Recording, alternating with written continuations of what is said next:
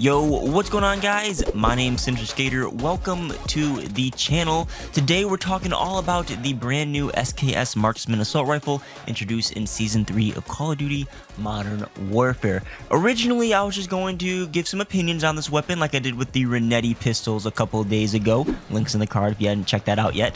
But it's evolved into pretty much an Armory analysis. We're going to be comparing the SKS to the EBR-14 pretty in depth. In order, we're going to be going over some of the non-damage stats like handling, sprint, and recoil for both of the weapons, get into some damage stats, then get into the 10-round mags for the SKS and some like fully kitted, optimized non-damage stats for each of the weapons. That'll make more sense when we get into it. And then we'll ultimately be going over which is better and finally wrap up with some SKS classes. If you'd like to participate, I'm going to have an entrance poll in the cards popping up right now. I want you to tell me what you think is better, the SKS or the EBR going into this video, and then I'll have an exit poll for you to let me know what you think is better after watching this video. If you have more to say, feel free to share them down below in the comments.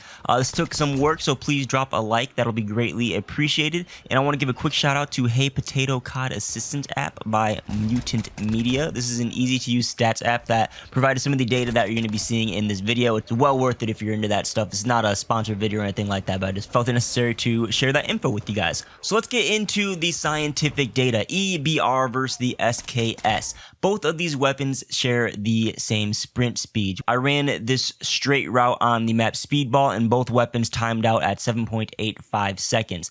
Both of the weapons have the same sprint to fire speed at 0.25 seconds.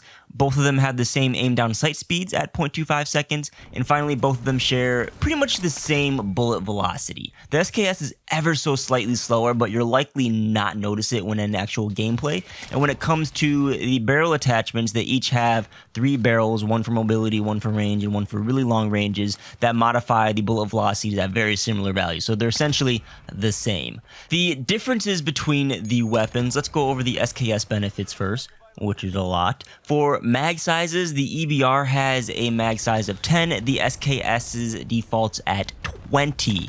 The EBR also has 7.62 NATO rounds, which lets you share ammo with the FAL, the SCAR, and the M91, whereas the SKS has 7.62 Soviet rounds, which lets you share ammo with just the AK-47. When it comes to recoil, the EBR kicks a lot. It kicks way up on your first few shots, where the SKS is much more manageable. It doesn't climb as much, and there is a much tighter bullet spread.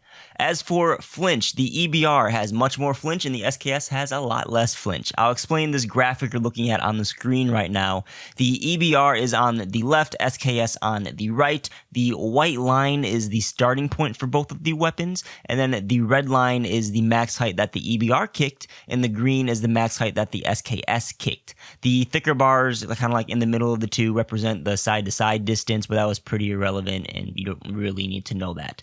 Now, without focus, there's nothing really to brag about between the two. The SKS kicks a teeny weeny bit less than the EBR, but still pretty irrelevant. Now, when you use the weapon perk focus, which will reduce the flinch, the EBR still kicks like a mule. In fact, it kicks about the same height as the SKS without focus. The SKS, on the other hand, barely kicks. The SKS wins hands down in that department, and focus is a perk that I would highly recommend you guys rock on the SKS because it does tremendous things for the weapon. The last non-damage difference here comes down to reload speed, where the EBR edges ahead. The EBR has a quicker reload speed at 1.82 seconds, where the SKS is a 2.52 seconds. And if you decide to do some reload canceling, the EBR cancels at 1.27 seconds, the SKS at 1.57 seconds. So again, reload speed is the one area where EBR clearly pulls ahead. Now, let's get on to the damage values, where we have some interesting numbers for you here. Honestly, the benefit could go to either weapon depending on the way you look at it. For starts, the fire rate for the SKS is 320 rounds per minute and the EBR's is 256 rounds per minute. The SKS can one shot to the head, 2 shot to anywhere on the body, and then it takes 3 shots to the limbs under 55 meters.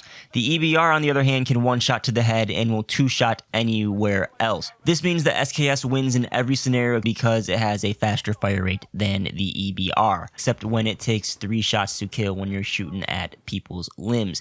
Now, when we get to beyond 55 meters, this is the rough estimate for range. It depends on what barrels and attachments you're using, monolith expressor, laser, long barrels, everything like that. But in general, 55 meters is where the SKS can no longer one-shot kill. It takes 2 shots to kill to the head and chest, and it will take 3 shots to kill at the stomach and below and the limbs. The EBR beyond 55 meters can still one shot to the head, but it'll take 2 shots to the body and 3 shots to the limbs. So beyond 55 meters, EBR wins the headshot time to kill and the 2-shot stomach time to kill. The SKS will still beat out the EBR at chest shots and limb shots since they take the same amount of shots to kill, and the EBR has that faster fire rate. Now let's get into some attachment variant stats. The SKS has an attachment that will reduce the mag size to 10, but will also increase some of the weapon movement speed things going on. So when you put the 10-round mag attachment, it reduces the reload speed from 2.52 seconds to 1.95 seconds, and that cancel speed from 1.57 to 1.43 seconds. This is still slower than the EBR's reload speeds, but makes the SKS much more competitive when it comes to reload. The aim down sight speed is reduced from 0.25 seconds to 0.22 seconds, and your movement speed is increased. The little speedball sprint is reduced from 7.85 seconds to 7.63 seconds with the 10-round mag. And lastly, I have some data when you kit the weapons out for max speed and aim down sight speed. Attachments are on the screen. For the EBR, we got the aim down sights reduced from 0.25 seconds to 0.2 seconds, and that's it. The sprint to fire and movement speed stayed the same despite all of the attachment descriptions that say otherwise. For the SKS, again, attachments on screen, we're able to get that aim down sight speed from 0.25 seconds to 0.2 seconds with that 10-round mag, and then with additional attachments we got it all the way down to 0.17 seconds. We also were able to sprint faster, again reduced from 7.85 to 7.63 with the 10-round, and then with additional attachments we were able to get that down to 7.25 seconds with the speedball sprint. And again, like the EBR, the sprint to fire did not change at all.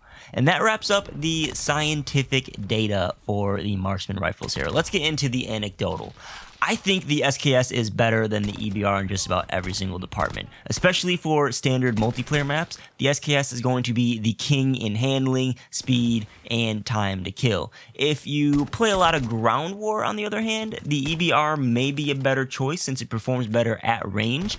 But when you're taking gunfights at those really long ground war ranges, the EBR is still lackluster. I'd rather use a sniper rifle like the Dragunov, which handles very similar to these weapons, but with better damage stats, or like an assault rifle or light machine gun kitted for extreme ranges.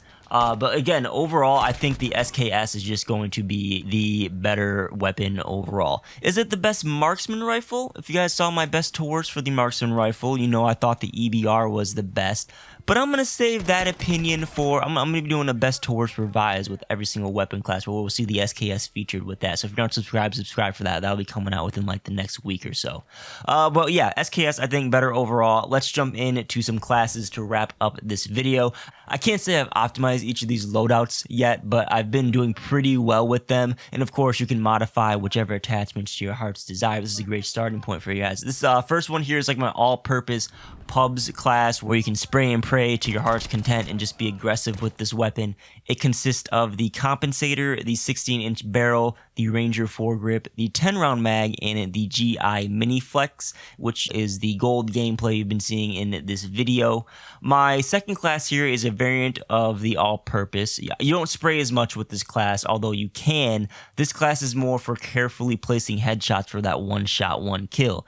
This has the monolithic suppressor, the 16-inch barrel, the operator foregrip, the sawed-off stock, and the VLK 3.0 optic. And this class you saw with the Damascus camo on Rust in this video. Both these classes help reduce some of the recoil and help out with speed overall with the weapon, whether it be aim down sight, sprint, reload, etc. The last class here is for ranges when you have to get those long shots for the gold and Damascus camo, or you just want to use it in ground war, etc., etc. This class consists of the 22-inch barrel, the monolithic suppressor, the Ranger foregrip, the perk Recon and the PU scope, which is a unique optic to this weapon. This class will max out your range and damage and help a little bit with the recoil department. You could swap out Recon for another attachment if you'd like, but I like being able to see people's names at very long distances with that perk, which is the whole purpose of using this class. You might have noticed there were no classes here with focus. Again, I said these weren't optimized yet, but I would highly recommend considering using that perk. For example, you totally could swap out the GI Mini Flex for the focus perk and go to town on people if you think the iron sights are usable for you. We talked about tac laser earlier in this video. That's a pretty decent attachment we didn't see in these class setups, and sleight of hand always is pretty good too. But yeah, that's everything I know about the SKS after doing a deep dive into this weapon. So hopefully you guys learned something new. If you did, leave a like, please. If you have any feedback or comments or whatever, leave them down below in the comments. I'm always active there. But yeah, hopefully you guys enjoyed. I'm not going to take up any more of your time. Hit the like button, get subscribed, turn on the bell notification, check the links down below in the description if you'd like to help support my channel. My name's Sinister Skater. As always, thanks for watching, guys, and I'll catch you on the next video. Peace out.